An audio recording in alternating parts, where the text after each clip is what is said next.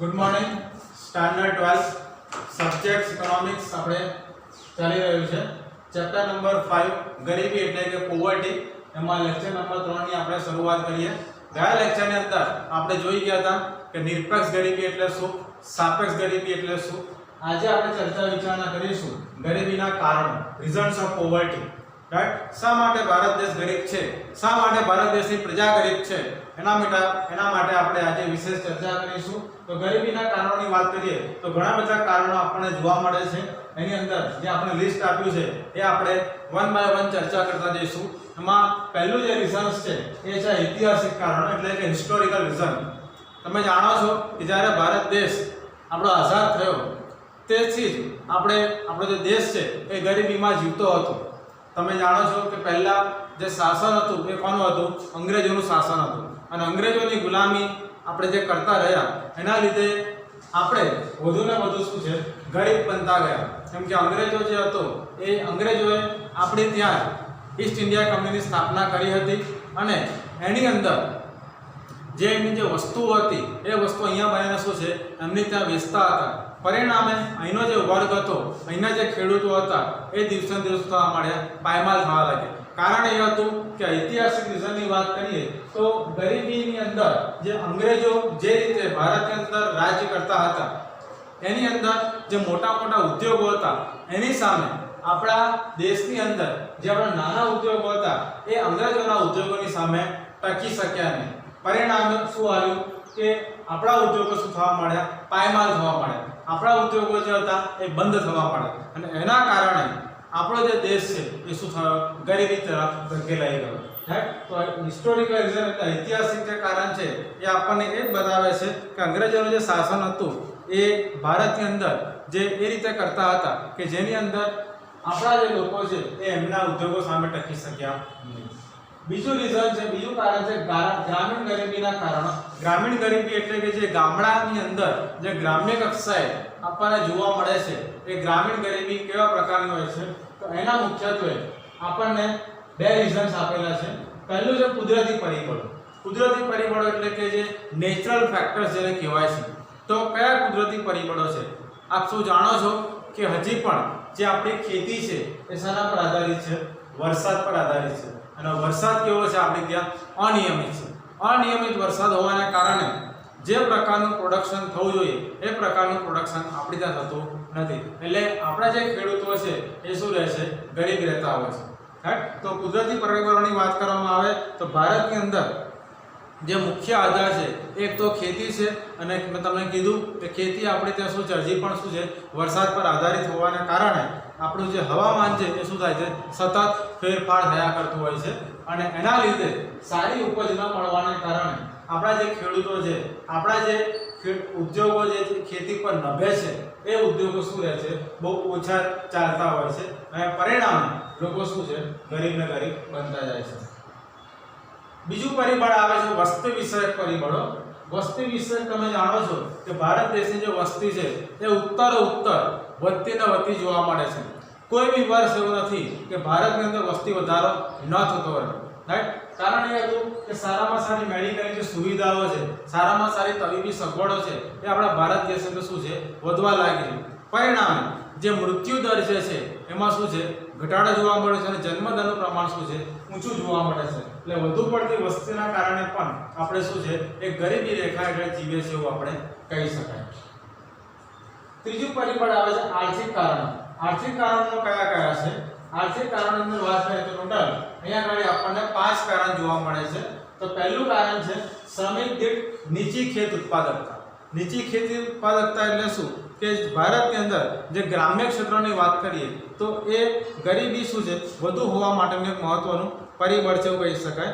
કૃષિ ક્ષેત્ર જે શ્રમિકની ઉત્પાદકતા છે એ કેવી છે? સૌથી ઓછી છે. અને એનું જે કારણ છે એ શું છે? અપૂરતું શિક્ષણ, અપૂરતી પાયાની સુવિધાઓ, રાઈટ, ટેકનોલોજીનો અભાવ. આના કારણે જે આપણને ઉપજ મળવી જોઈએ એ આપણને સારામાં સારી ઉપજ મળતી નથી અને એના લીધે આપણે શું છે વધુ ને વધુ ગરીબ રહેતા હોય. કારણ કે જે શ્રમિક જે ઉત્પાદન કરે છે એ ઉત્પાદન કેવું છે? ખૂબ નીચું છે. રાઈટ, અને શ્રમિક દીઠ નીચી ખેત ઉત્પાદકતાને કારણે ના જે ભાવ પોષણક્ષમ ભાવ મળવા જોઈએ એ બજારમાં મળતા નથી. એ જે ઉપજ જે છે, જે પાક છે એ બજારમાં લઈને વેચવા જાય એને સારા ભાવ ન મળતા હોવાને કારણે ખેડૂતો કેવા રહે છે, વધુ ને વધુ ગરીબ રહેતા હોય છે. બીજું આવે છે જમીન તથા સંપત્તિની અસમાન વહેંચણી. રાઈટ, જે જમીન જે છે, જે સંપત્તિ છે અને વહેંચણી કેવી છે, આપણી ત્યાં ખૂબ જ અસમાન છે. એટલે કે ખેતી માટે જે છે એ જમીન ખૂબ જ મહત્વની છે, પણ ભારતની અંદર અંગ્રેજોના શાસનકાળથી શું છે, જમીનદારી પ્રથા હોવાને કારણે જે જમીનની વહેંચણી જોવા જોઈએ તે કેવી છે, અસમાન છે. એટલે કે જે વધારે પડતા જે પૈસાદાર વર્ગ છે વધુને વધુ પૈસાદાર થતો જાય છે અને જે ગરીબ વર્ગ છે વધુને વધુ શું છે, ગરીબ થતો જાય છે. એટલે કે આવક અને સંપત્તિની જે વહેંચણીની વાત કરીએ તો એ શું છે, ખૂબ જ ઓછી છે. અને ખેડૂતોને પણ સારા ભાવ મળતા ન હોવાને કારણે એ લોકોને ઉત્પાદન વધારવામાં શું છે, રસ હોતો નથી. કારણ કે જમીન અને સંપત્તિની શું છે, અસમાન વહેંચણીના કારણે. એટલે આ પણ એક શું છે, ગરીબીનું એક મહત્વનું પરિબળ ગણાવી શકીએ છીએ. નેક્સ્ટ છે નાના અને ગૃહ ઉદ્યોગોનો અલ્પ વિકાસ.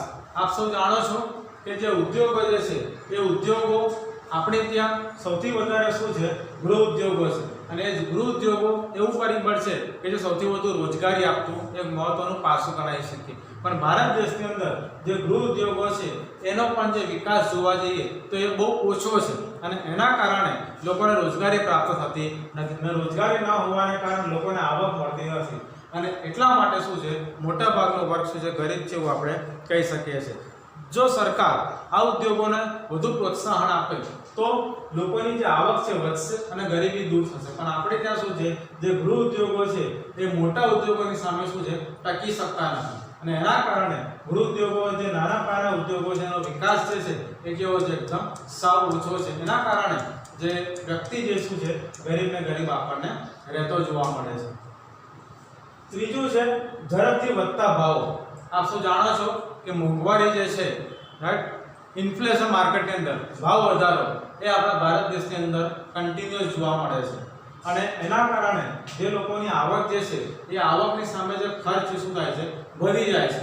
રાઈટ, એટલે ઝડપથી વધતા જે ભાવો છે એ પણ એક શું છે, ગરીબીનું મહત્વનું પાસું ગણાવી શકાય. કારણ કે આજે રાષ્ટ્રીય ઉત્પાદનની વાત કરીએ, પછી માંગની વાત કરીએ, ઉત્પાદન ખર્ચની વાત કરીએ તો દરેક વસ્તુ શું છે, વધતી રહે છે. અને વધુ પડતું ખર્ચ હોવાને કારણે જે એની ફાઇનલ પ્રોડક્ટ જે છે, રાઈટ, તૈયાર વસ્તુ એની પણ શું છે, પ્રાઇસ હંમેશા વધતી રહે છે અને પ્રાઇસ વધતી હોવાને કારણે જે વધારે પડતું જે ગરીબી છે એ ગરીબ વર્ગ શું છે, એ ખરીદી શકતો ન હોવાથી એની જે ખરીદ શક્તિ છે કેવી રહે છે, ઓછી રહે છે.